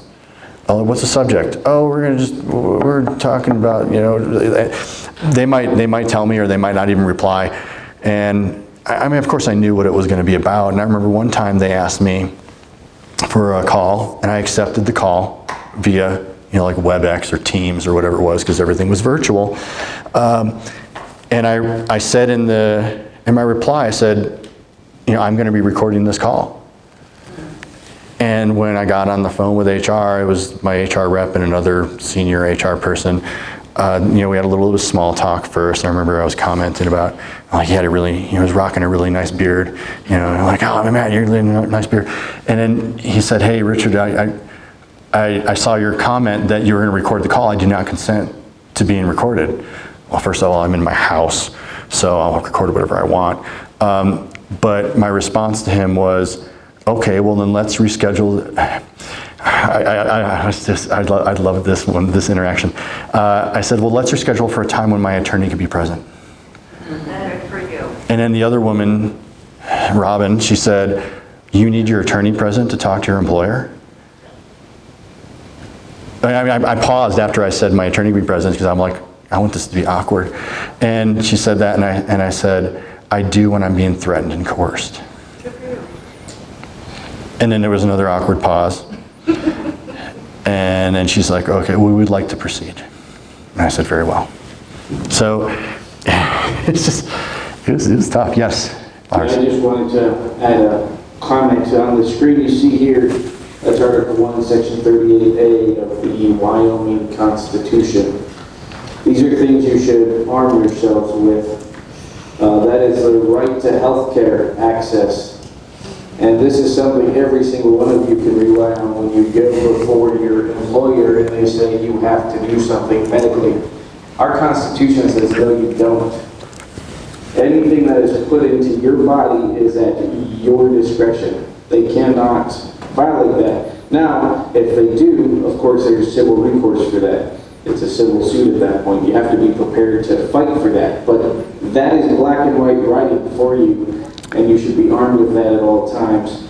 I mean, there's federal laws like that protect you too. There's informed consent. There's HIPAA. They've kind of, it seems like they've almost redefined what HIPAA is, and almost to allow stuff that normally would have been a violation of HIPAA. But you have a right to your own body, and if you have a religious reason not to do something, they have to honor it. In that Groff DeJoy case that was ruled at the end of June, that is a huge thing. I was really hoping to potentially set a precedent with my case, but I think Groff may have beat me to it with that, because basically the Supreme Court said you have to give somebody religious accommodation unless it is a significant financial hardship to the company. And what I requested was not a financial hardship. As a matter of fact, I think if things would have played out, what's really crazy is, like 2 months after I got terminated, they dropped all their mandates. They dropped all their testing, they dropped everything. When I saw customers, I think I went to, like I said, at 4 customers, I think I went to CSU once, and I just wore a mask, nobody asked me anything. I went to another company in Longmont, actually 2, 3, the other 3 were all in Longmont. The last time I went there, nobody asked me for anything. They didn't take my temperature, they didn't ask me for my vax status, I didn't even have to wear a mask. It was all pre-COVID. But I still got terminated after that. So would it have cost Thermo Fisher anything to accommodate me? No, because nobody was requiring it. By the time they fired me, nobody was requiring the shot. Maybe somebody was, but I would have done a spit test, and it would have been super easy. I mean, I would have saved them money. I mean, because they got legal fees too. Certainly would have saved them money, but they wouldn't do it. They wouldn't discuss it. I think I kicked the hornet's nest, and I think I just really made them mad that I did not just, okay, well, I'll do it. I didn't bow down, and I stood up for my rights, and I think that really, they were mad. So, yeah, you had a question? Oh, just a comment, and maybe a question for Lars.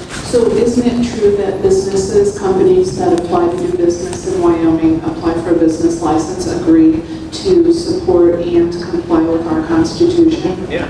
Yes, they do, so. Yeah. That's When why- has that ever stopped someone? Look at our federal government. Of course. Yeah, one of the things I heard from, I don't remember if it was my attorney or if it was somebody else at the office or if it was a different attorney, but they said that it is cheaper for a lot of companies to break the law than to abide by the law. Because most people will not call them out on it. Most people will not call them out on it, will not pursue legal recourse, or don't have the means or the fortitude, the intestinal fortitude to pursue legal recourse. I mean, like somebody asked me if anybody else from Thermo Fisher is suing them. I'm not aware of anybody, and I doubt it, because I mean, the people that I knew, I remember one person, she got the shot right around Christmas time because she had somebody died in her, it was a boyfriend, somebody died, and she's like, I can't lose my boyfriend and my job in the same week. During the holidays. I mean, that's what people were subjected to. So it takes a lot. It takes a lot to push it, and I think companies know that. And do you think Thermo Fisher gives a rip about, a lawsuit? They probably don't. They probably don't. It's nothing to them. I mean, there is no reasonable. What's that? Unless it reaches the media. I know, and that's why I'm talking about it. It won't, but media they will. That's why I'm talking about it, because if it doesn't matter to them. Here's the thing. I don't have any doubt that I have a very winnable case. But there is no amount of money, no reasonable amount of money that I could be awarded in a victory that would hurt them financially. There's no amount. I mean, they could give me the $192 million that the taxpayers gave them for that North Carolina facility, and it wouldn't make a difference. A verdict would make a difference. They don't want that. They especially probably don't want that. But there's no amount of, it doesn't matter. Yeah, the attractive woman in the front. Hi, I'm Richard's wife. I just had an interesting tidbit too for y'all that witnessing this early on in 2020. There was I noticed that, I don't even remember how this came about. There was a piece of equipment that was suddenly available because we were looking, I'm on my school board, and we were wondering if we're going to be able to stay open, and I had somehow seen that there was this kiosk that was available that could take lots of people's temperatures. And you have it at entrances and whatnot. And so we were looking, we didn't know back in 2020. But why is there all of a sudden a kiosk available? When have we ever needed to take mass amounts of people's temperatures before? And how long does it take to design and develop and manufacture an instrument like that? All of a sudden it's available in 2020? Yeah, we were selling. Yeah, we were selling those to companies so that they could monitor people that were coming in. So, yes. During the special session, they have them up at the Capitol. You don't walk by them with a hot cup of coffee because they will go off. Yeah. This has been a really, it's been an interesting experience. It's been a difficult experience. My faith is strong. It's not perfect. I still have stress and anxiety from it.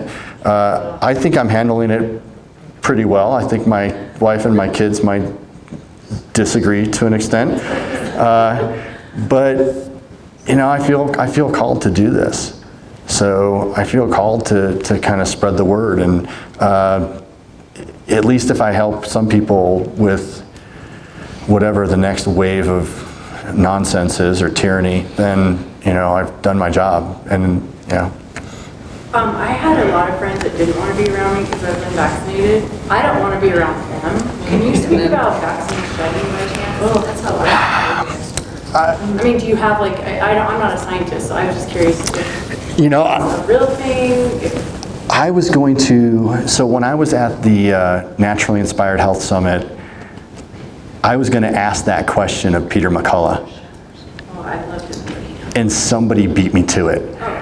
So instead I asked about the bat vivarium at CSU. So, yeah, I don't know if you guys knew about that. But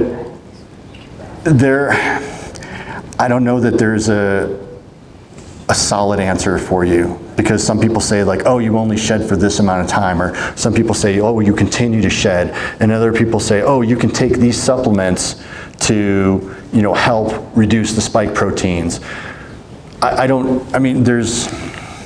Unfortunately, I don't think there's some concrete information that, So I've never heard of shedding, like with the flu, for example. Like, Right. 20 years ago, I wasn't like, somebody's like, oh, is this flu vaccine shedding? I heard about vaccine shedding with this COVID because of the spike protein. So I'm like, what's in that you know, I think, the mRNA and the spike protein, like, all of a sudden this is like a thing now that we have us unvaccinated are like, well, you don't want to be around me, I don't want to be around you.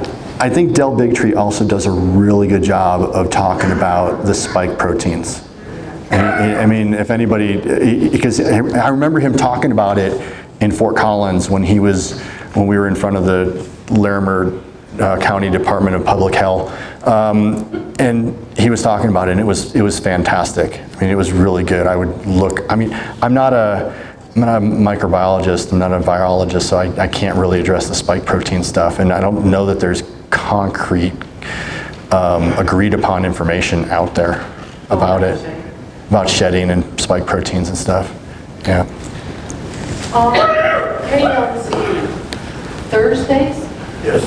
Rush talks with a Dr. Kelly, and she has talked about spike proteins. And I don't remember exactly the conversation. You can go on KLZ, I think, and they'll have those podcasts.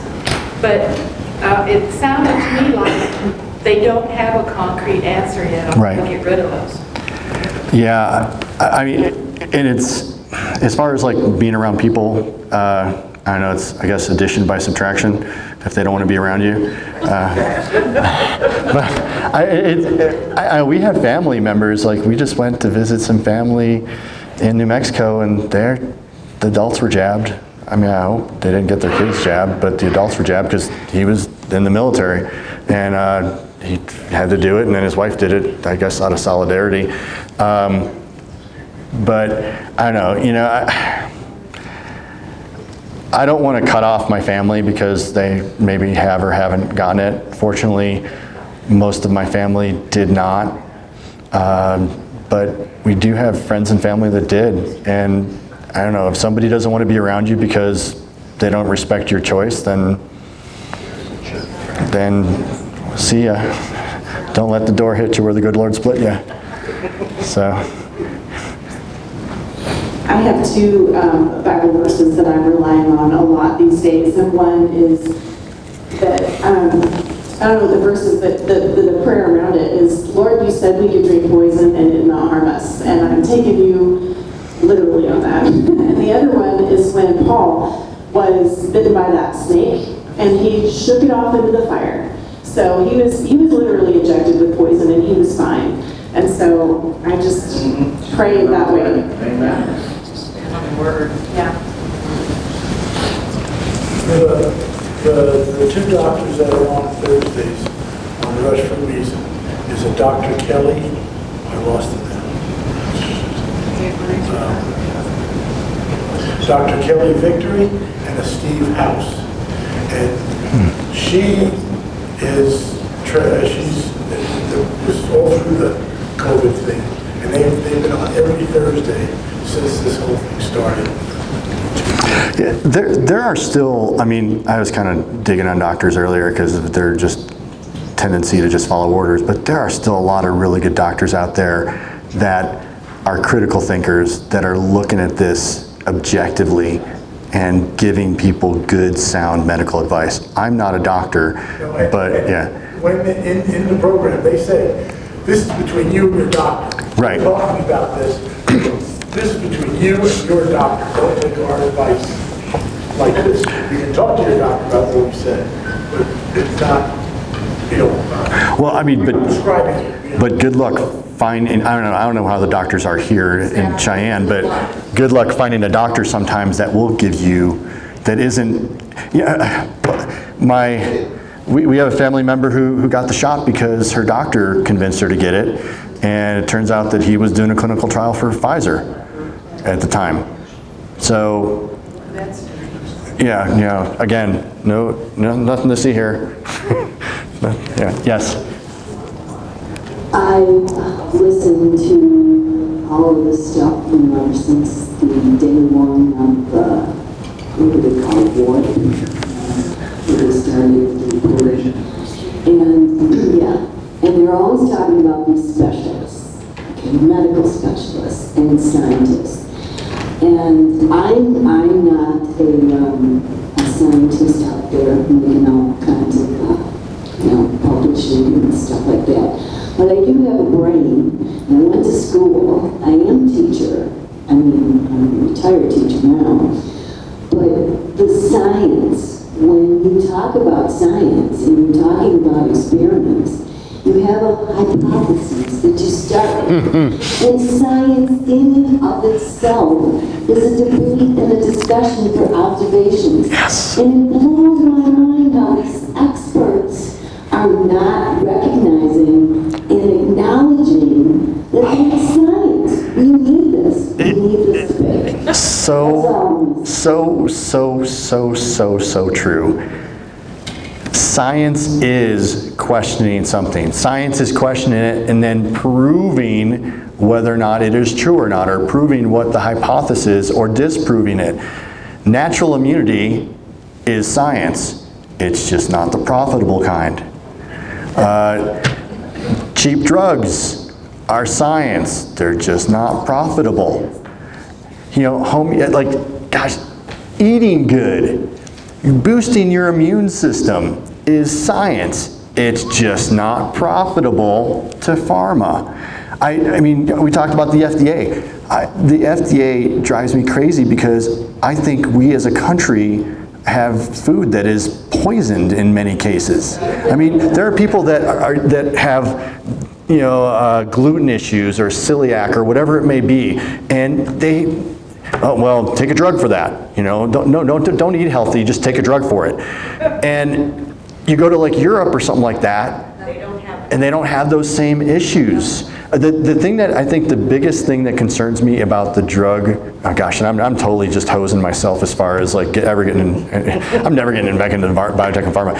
The thing that scares me most about biotech and pharma is it's become a subscription-based industry, okay? It's no longer, take this drug and you're cured. No, that's, you don't want somebody who's cured. And you don't want a patient, well, not you, they don't want to cure someone, they don't want a patient, they want a customer. Okay? Everything is become, and it's not just pharma, it's our kind of our society, our world. I mean, it drove me crazy that you get Windows and you gotta get Windows 365, where instead of just buying it once, and just having it be on your computer, you gotta like pay it.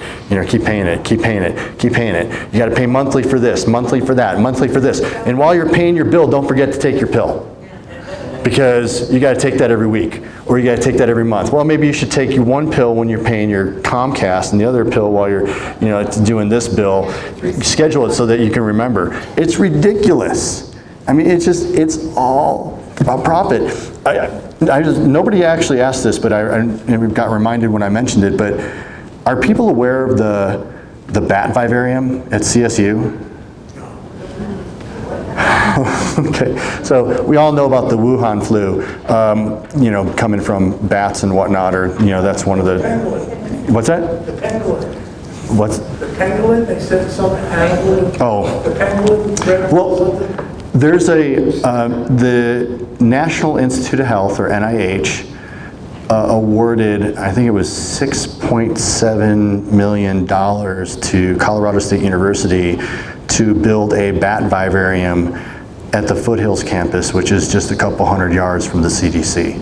And also right next to a neighborhood. It's also next to a neighborhood. So the Foothills campus of CSU has got, they've got a bunch of different labs that are buildings that are all based on acronyms, like there's ARBL, Animal Biocontainment, Animal Bioresearch Lab, RBL, Research Biocontainment Lab. I mean, there's all these different acronyms for all these labs.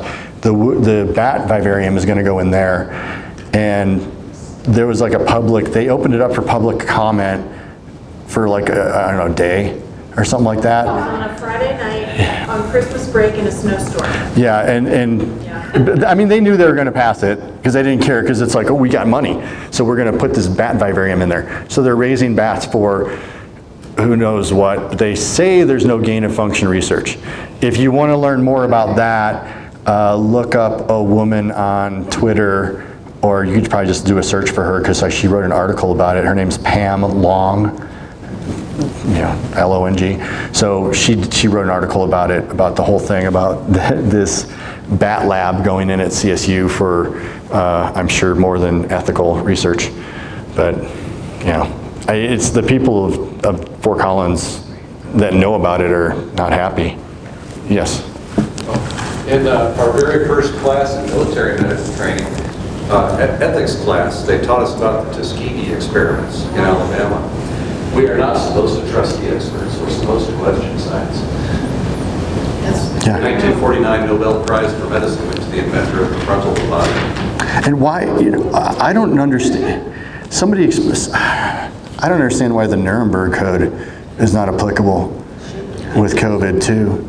It should be. It should be. I mean, I think I heard somebody say that the United States never signed it because we had too many German scientists, and it would have been, we didn't want to be complicit or something like that. I don't know. But why is the Nuremberg Code not applicable here? Why was the government allowed to force testing on people? To force vaccines on people? To force, I mean, I say testing because they were basically testing, I think they tested more than just our immune system. I think they tested our will. I think they tested whether or not we would be complicit with something that was not necessarily just. But, yeah. And Stanley Milgram proved that. Who is it? Stanley Milgram. If you look up the Milgram experiments in the 1960s, where he gave test subjects, pretended they were giving a shock to the test subject, but the people giving the shock were the test subjects. He proved that 90% of people will knowingly do the wrong thing if ordered to. Oh, yeah, okay. I didn't know who it was, but I've heard of that experiment. There's another thing, you might be the only person that might know about this, but maybe not. There's, have you ever heard of HeLa cells? You know what HeLa cells are? HeLa cells are a cell that is a very robust cell line that's used for like research. And they were extracted from an African American woman. I can't remember when it was, like the 50s or 60s or something like that. Her name's Henrietta Lacks. Yeah, so Henrietta Lacks is where HeLa comes from. And they were commercially developed by Thermo Fisher. And they're used like extensively throughout research. Now they're not her actual cells, they're like they've grown and replicated the cells, but I know her family sued Thermo Fisher a couple of years ago, and I don't know what happened from that. But her family sued them because they were taken without her consent, because back then they didn't need, or there was no laws protecting a patient, and she died of cancer, and that's how they drew her blood or something like that. But I can't remember the details. But yeah, I mean, anybody in science that's done any research knows what HeLa cells are, because they're they're just a staple in a research lab. But yeah, that's the kind of, there's so much unethical stuff going on. It's crazy. So people got to open their eyes, pay attention, and be vigilant. All your climatic data, it's all a farce. The spotted owl thing was a farce. It was all primed science for big dollars. Yeah. Well, like I said earlier, if you want to influence a scientist, give them a grant. Yep. And they'll keep telling whatever story. I mean, you're going to bite the hand that feeds you. I mean, I guess I kind of bit the hand that fed me. Gotcha. But yeah, look where it got me. So most people aren't going to do that. They're not going to do that. They're not going to I mean, I had a good job. I had a good job. I had good benefits. Now I've got a wife and two 16-year-old boys in one car. Because I had a company car. It was great. And now having one car sucks. We had to get him a ride home from practice today. So now what are you gonna do? You're trying to get your real estate license. Yeah, I'm going to get my real estate license, which is a great time to be in real estate. Oh, exactly. Well, here's the thing. I tried to get a job. I tried to get a job at Scheels, and I couldn't get a job. I tried to get a job at another retail store for an interest, a hobby that I have that I guess you have to be a Navy SEAL to work there or something because they wouldn't hire me. But I'm overqualified to work, some of these other jobs. And then, I have a damages expert that we're working with, and he understood because he's like, sales skills are a transferable skill, but sales contacts aren't. So all of my contact, all of my history is in biotech and pharma. So I can't go do, I think I applied for selling heavy equipment up in, the Colorado and Wyoming, but I don't know, I didn't work in construction, so I don't know anybody in that industry, so they're not gonna hire me. All my industry, 26 years is in that. So basically, who hires, you can get a job in financial services, selling insurance, or selling real estate. And I've kind of always wanted to do real estate anyway, but I've always had a good job. So I had the golden handcuffs, and then I got the golden kick in the pants. So that's kind of what I'm doing. I'm pursuing a real estate license. I decided to do that after I gave up on pursuing a biotech job. I've actually asked a couple recruiters, I've been upfront with them and said, hey, I'm suing Thermo Fisher. Do you see this as a problem? And they usually don't reply back. So they're not going to answer me. You're trouble. I know I'm a troublemaker. I'm a good boy. Yeah. Thank you. Well, let's give our speaker a round of applause.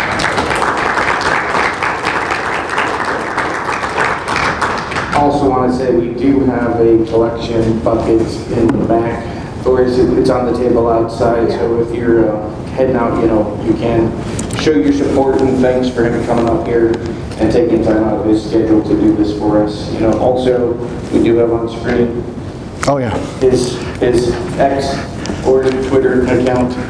That's yours, right? Yes. Okay, good. We put the right one. Yeah, and the Give, Send, Go link is there. Actually, to be honest, I prefer the Give, Send, Go only because I want it to encourage other people to do it. So, Give, Send, Go does this thing too, where if a lot of people will contribute, then you kind of get elevated to the front page. So you get kind of accelerated. So you can put a couple dollars in there for gas money and then go to Give, Send, Go. So like the pastor said, just put lots of credit cards. Yeah, just throw credit card numbers in there, that's good. Also, I did want to say one thing. How many people did it take during the Revolutionary War to actually start the Revolutionary War? 30%. 30% of the population stood up and said, we will not comply. The passports, the vaccine passports, they were primed and geared to put those in place. They did not. You know why? 30%. They took a poll. 30% of people would not comply with the vaccine passports. That's why we don't have vaccine passports at this time. It takes 30% of a body of people to prevent tyranny from occurring. That's it, 30%. Yeah.